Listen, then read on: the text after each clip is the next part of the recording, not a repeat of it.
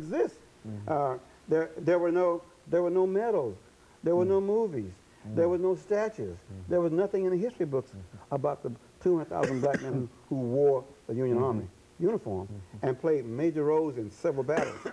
And unlike the movie Glory, again now, the story of Nashville is that we were victorious. In the movie Glory, they did not defeat the Army out there in South Carolina. But here in Nashville, it's a beautiful, it deserves a movie. It deserves a documentary. Ken Burns ought to come back and do a story.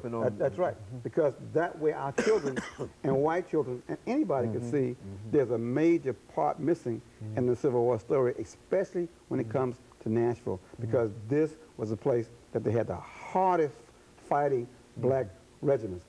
And the 13th Regiment played a major role. And believe it or not, there's a whole new set of young men that are reenactors of that 13th Regiment, USCT regiment right here in Nashville. And one of them was the model for the statue. His name is Bill Radcliffe.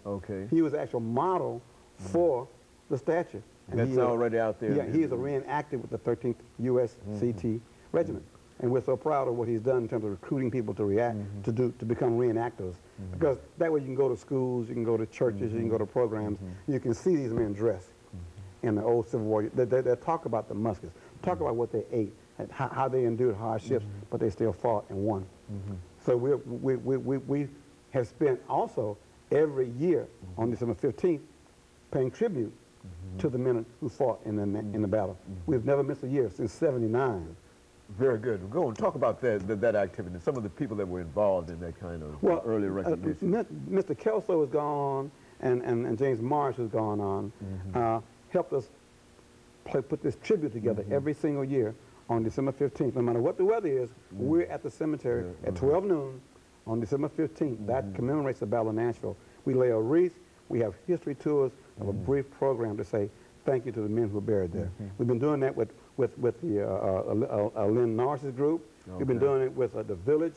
We've been doing it with many Boy Scouts. We've been doing it with a lot of fraternities and sororities who ask their recruits that they're going through the line to go out there and participate.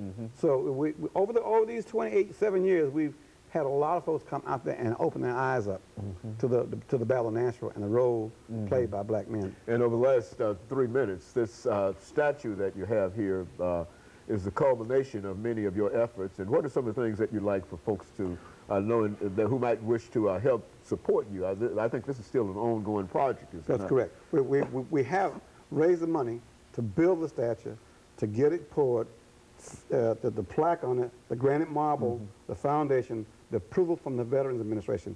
What's left now is to say thanks to all the sponsors, to give them some piece of artwork to say thanks. But more importantly, we have to maintain the statue so it will not oxidize and turn green. And even more important, we've got to put together a major publicity campaign so that if you come to Nashville and you're in a hotel downtown in Opryland, there'll be a brochure there in the lobby telling you this statue exists, how to get to it, and what it means.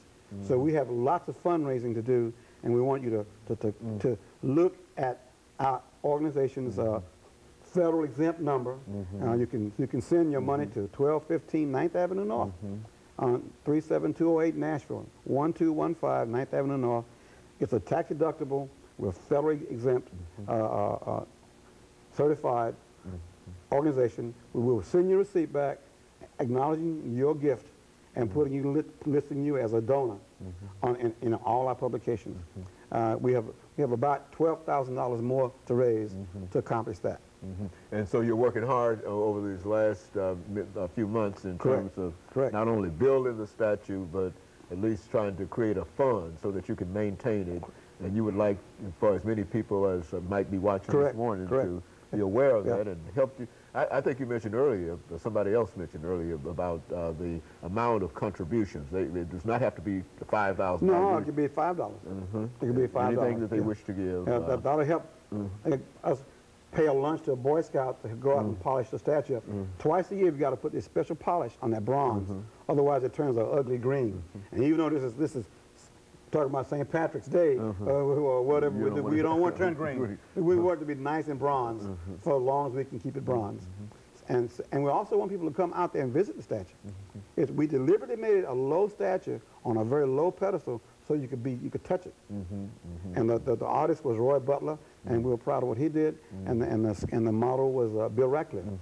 But we have lots of folks like Miss Ursery, Lynn Norris, people who helped me over the years pull this off. Very I want to good. say thanks to them. Very good. And of course, Brother Lillard, thanks to you for your effort in reference to this, because I know personally that you've been involved in not only this, but African Street Festival and a large number of other things, and we want to thank you for that. And of course, let me encourage our audience to tune in again next week for another informative edition of Comments. Thank you and good morning.